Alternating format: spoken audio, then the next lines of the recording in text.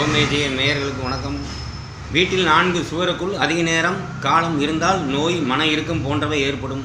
ஏனென்றால் 4 சுவற்றுக்குள் எந்தவித கதிர் இயக்கமும் நல்ல காற்றும் கிடையாது. அதனால தான் முன்னோர்கள் வயல்வெளி, ஆற்று நீர், மலைகள், கோயில்கள், குளம் என்று வெளியே வந்து நமது தேகத்தில் உள்ள அசுத்த துகள்கள் வெளி சென்று நல்ல ஒளி செல்கள் நம் தேகத்தில் ஊடுருவி நமக்கு நல்ல மனமும் நோயில்லாத தேகமும் ஏற்பட்டு நல்வழி காணலாம். சித்தர்கள், ஞானிகள் காடு மலைகளில் இருந்த காரணமும் அதுதான். மரங்கள் நம்முடைய கெட்ட செல்களை அழிக்கும் அல்லது உணவாக உட்கொள்ளும். மலைகள் நம்முடைய தேகத்தில் உள்ள நச்சுக்களை ஈர்த்து கொள்ளும். கடல் நீர் நம் தேகத்தில் உள்ள கெட்ட நீரை உறிஞ்சிவிடும். அடைபட்ட அறையில் காற்று கூட கெட்டுவிடும். செப்டிக் டேங்கில் உள்ள காற்றை சுவாசித்தால் இறந்து விடுவோம் அல்லவா? அதுபோல காற்றில் விஷமாகிவிடும். காற்றே விஷமாகிவிடும். அதனால் அதிக நேரம் வீட்டில் இராமல் இயற்கையை நாடி செல்லுங்கள். உங்கள் நாடி நரம்புகள் நன்றாக இயங்கும். கோவில்களில் ஏன் கும்பம் வைக்கிறார்கள்? நல்ல சக்திகளை ஈர்ப்பதற்காக என்று தெரிந்து கொள்ளுங்கள். மரக்கட்டில், மரச்சேர் போன்றவற்றை பயன்படுத்துங்கள். இரும்பு வேண்டாம். மரத்தில் புதன் ஆதிக்கம், இரும்பில் சனி ஆதிக்கம். அதனால தான் அந்த காலத்தில் வீடுகளில் உட்கட்டமைப்பில் கூட எல்லாவற்றிலும் மரத்திலேயே அமைத்தார்கள். ஏணிப்படி முதற்கொண்டு. பளிங்கு கற்களால் வீட்டை அலங்கரிக்க கூடாது. ஈர்ப்பு விசை வேலை செய்யாது. பிறகு எல்லா வியாதிகளும் உடம்புக்கு வரும்.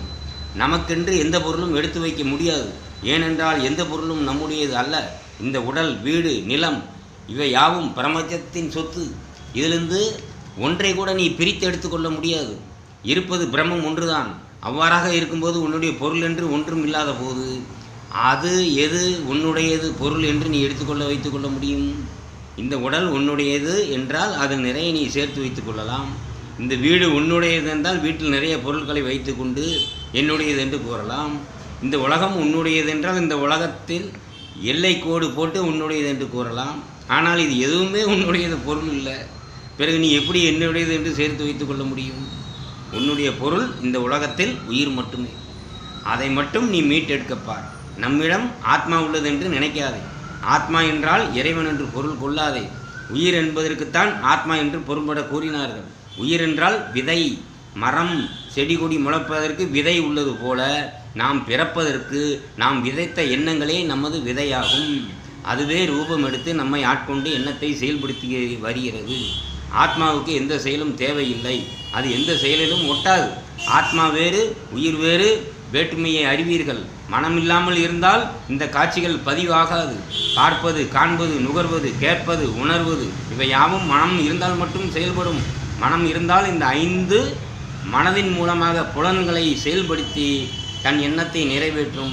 மனமில்லாத நிலையில் இந்த 5 செயல்களை செயல்படுத்த முடியாது.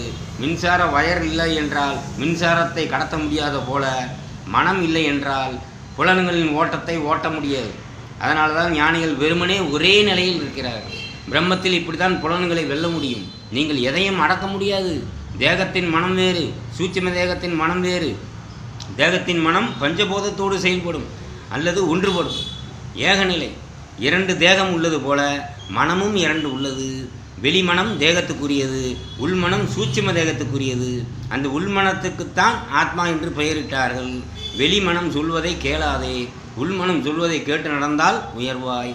மேலும் இந்த உடலை நீ என்று எண்ணாதே. இது நான் இல்லை என்று அமர்ந்திருக்கிறேன். இது நான் என்று நீ என்னை பார்க்க வந்திருக்கிறாய். இது நீ அல்ல என்று நான் கூறுகிறேன். இது நான் தான் என்று நீ நம்ப மறுக்கிறாய். புரிந்து கொள்கிறாயா சொல்கிறத? எப்படி?